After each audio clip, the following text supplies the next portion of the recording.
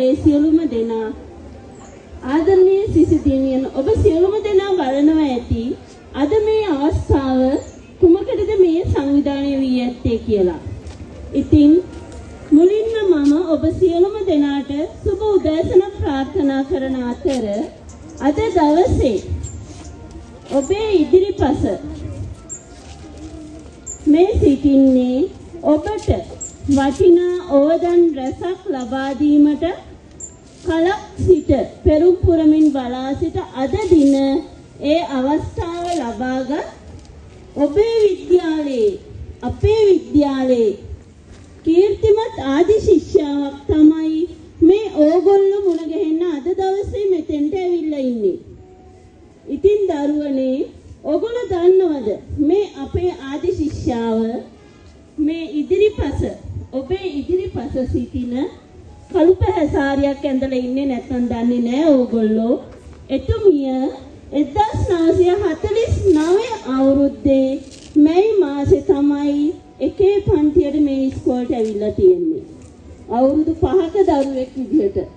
හිතන්නකෝ එච්චර කාලෙක ඉඳලා විද්‍යාලය ගැන ඇල්මකින් ආදරයකින් මැරෙන්න කලින් එක දවසක් හරි මට ආයි ඉස්කෝලේ බලන්න ඕන කියන ආකල්පය එතුමිය දැන් මගෙත් එක කිව්වා. ඉතින් අපි මුලින්ම එතුමියට විද්‍යාලය ගැන තිබෙන ඒ ආදරේ ලෙන්ගතුකම ඒ සියලුම දේට මුලින්ම ස්තුතිවන්ත වෙනවා.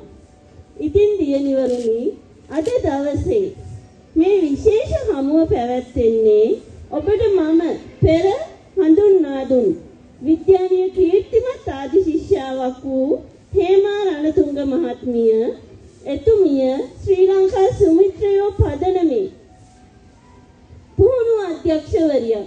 එතුමිය මේ ඇවිල්ලා ඉන්නේ උපදේශන වැඩසටහනක් ඔබ වෙනුවෙන් පවත්වන්න. විද්‍යාලය වෙනුවෙන් ඇගේ කෘතඥතාවය පළ කරන්න. ඉතින් මේ හේමා රණතුංග මහත්මිය ශ්‍රී ලංකා සුමිත්‍රයෝ පදනමේ උපදේශන වැඩසටහනක් කිරීම සඳහා මේ එනකොට ඒ පදනමේ ඉන්න සමාජිකයන් කිහිප දෙනෙකුත් ඇගේ පාසල පෙන්වීමට මෙහි රැගෙන ඇවිත් සිටිනවා. ඉතින් මේ සියලුම දෙනා අපි ඉතාමත් ආදරයෙන් මේ අවස්ථාවට පිළිගන්නවා. ඒත් එක්කම ඔබ දකිනවා මේ ඉදිරිපස සිටින මහත්මයෙක්. ඕගොල්ලෝ රූපවාහිනියේ දැකලා ඇති. මාටින් වික්‍රමසිංහ මහතාගේ ගම්පැරළිය නවකතාව. මම හිතන්නේ හැමෝම මේ වෙනකොට කියවලා තියෙනවා. කියවලා තියෙනව නේද? ඒකේ ෆිල්ම් එක බලලා ඇති මේ වෙනකොට. ඉතින් එතුමා ලංකාවේ ප්‍රසිද්ධ නළුවෙක් වසන්ත කොටුවෙල්ල මහත්මයා. එතුමා මතක ඇති ගම්පැරළිය නවකතාවේ ඒක චිත්‍රපටයේ පියල්ගේ චරිතය රඟ දැක්වුවා. බලන්න කොයිතරම් කාලය වෙනස් වෙලාද.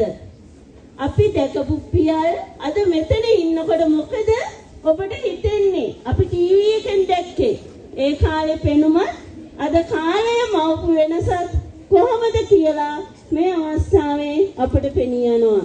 ඉතින් අද දවසේ විද්‍යාලයේ ආදරණීය දියණිවරුනි ඔබ සියලුම දෙනා ජීවිතයේදී අපට මතුවන අභියෝග අපේ විද්‍යාලයේ දැක්මේ සඳහන් වෙනවා 21 වන සියවසේ අභියෝග ජයගත හැකි දියණියක් බිහි කරනවා කියලා.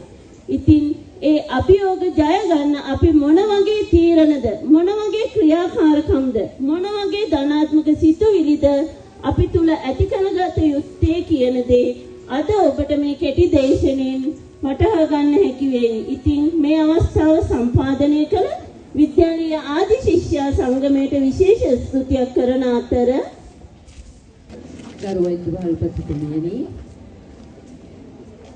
දරුදරියනි මගේ සතුට යවා ගිහිල්ලා ඇත්තටම මට වචන බවට පෙරලා ගන්න බැරුව ඉන්නේ. මේක වගේ පාසල. මම අවුරුදු 5 දැන් ඉතිදරුවෝ කියනවා ඊට ඉස්සෙල්ලා මොන්ටසෝරි එකේ නර්සරි ක්ලාස් එකක් තිබ්බා. ඒකෙත් පළවෙනි ශිෂ්‍ය 6 දෙනාගෙන් එක්කෙනෙක් හැටියට මම මේකට ඇතුළත් වුණා.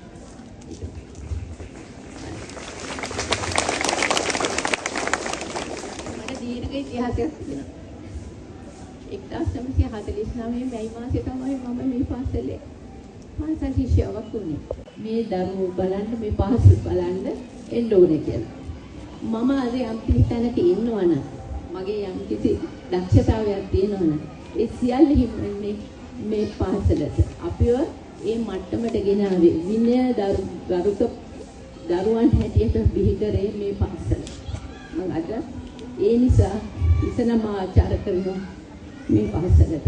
හැම ගුරුවරියන්ට. ඒ කාලේ හිටිය ටික දෙනයි මුළු පාසලෙම මැදින් 350ක් හිටියේ නෑ දරුවෝ. අපි මේ ග්‍රවුන්ඩ් එකේ ඇති වෙන්න නටලා තියෙනවා, නෙට් බෝල් ගහලා තියෙනවා, තෙල්ලම් ගලවලා තියෙනවා, වැකිලා තුවාල කරගෙන තියෙනවා. මෙතන උඩින් තිබුණ අපේ ගේම්ස් රූම් එක. ඒකේ අපි ඉන්ඩෝ ගේම්ස් කරා.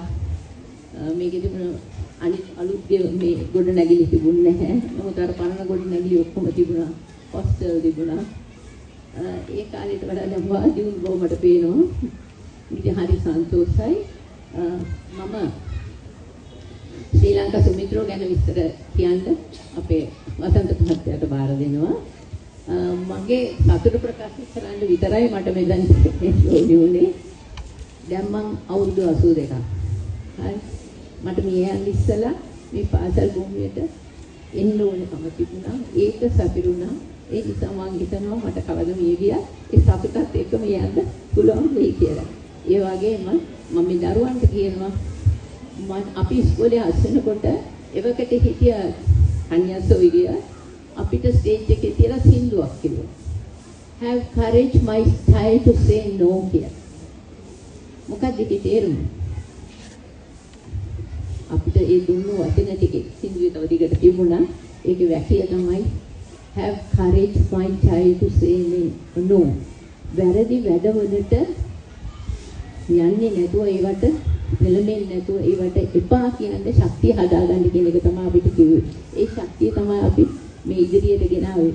අද මේ තත්ත්වයේ ඉන්න මම මම හිතන්නේ අපේ සින්දාව හැදලා තිබ්බා. අද අවංක පුද්ගලෙක් හැටියට සමාජ ජීවත් වෙන්නේ මේ වචන වල බලපෑමකට. ඒක මම වැඩි රගන්න යන්නේ. දායි සුවඳහවන පුෂ්පයක් විය.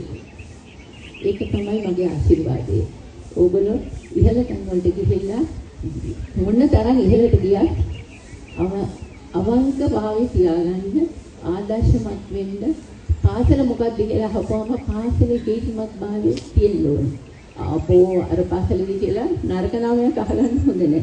අදටත් අපි සන්තෝෂයෙන් ගොඩාක් කුසුම් කල්යාණයක් ගැන කතා කරන්නේ. එදා තිබුණේ කීර්තිමත් භාවය නිසා. ඉතින් මේ සියලු දෙනා මෙතන ඉන්න හැම දරුවෙක්ම මම හිතනවා ශ්‍රී ලංකා මාතාව බබලවයි කියලා. ඔබ සියලු දෙනාටම මම ආශිර්වාද කරනවා. විදුහල්පති දෙමණි බොහොම ස්තුතියි. මම වසන්තට දෙන්නම්. ගරු විදුහල්පතිතුමියනි, ගුරු මව්වරුනි, ගුරු පියවරුනි, ආදරණීය ශිෂ්‍යයනි, සියලු දෙනාටම සුබ උදෑසනක් වේවා. අපි අද ඇවිල්ලා ඉන්නේ ශ්‍රී ලංකා සුමිත්‍රයෝ ආයතනයේ. ඒ ශ්‍රී ලංකා සුමිත්‍රයෝ ආයතනය ඉතා කෙටියෙන් හඳුන්වන්නම්. ඔයගොල්ලෝ සියලු දෙනාම අවුවේ ඉන්නේ.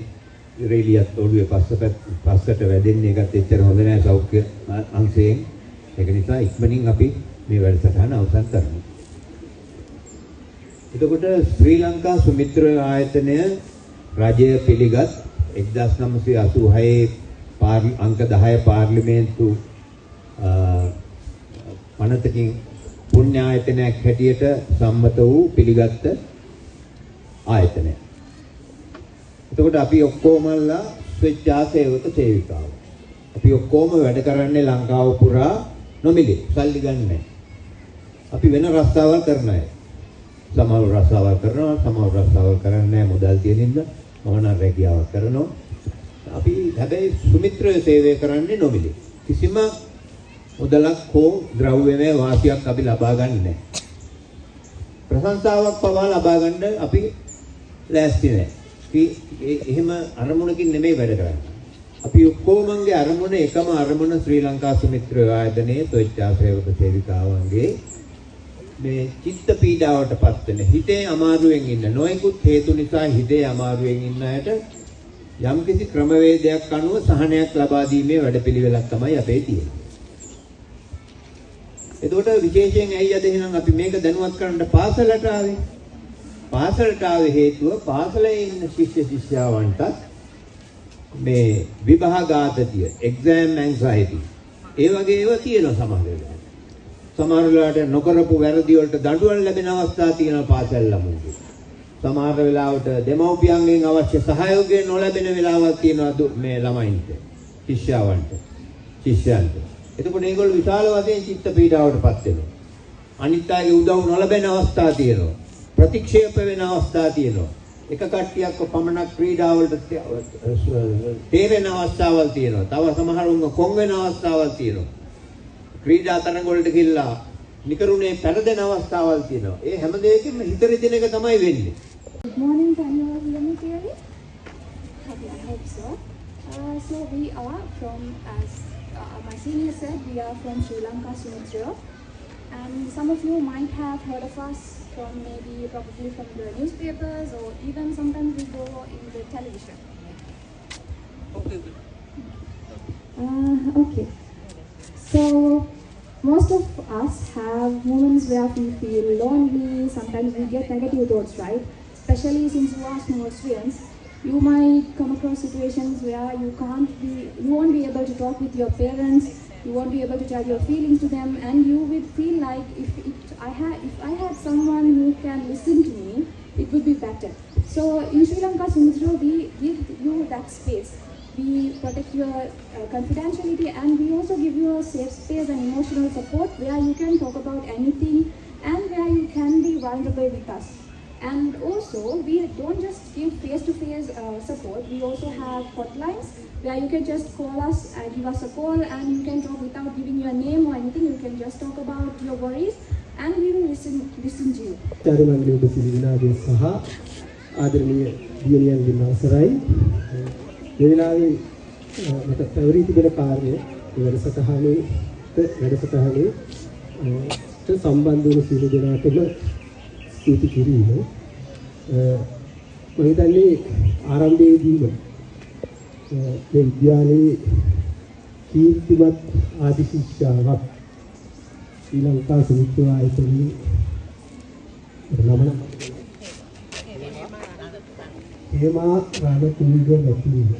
මම හිතන්නේ මේ අද වැඩසටහනේ මම දැක්කපු වැදගත් වෙන්නේ තමයි ඒක. මොකද පාසලකට ආදි ශිෂ්‍යාව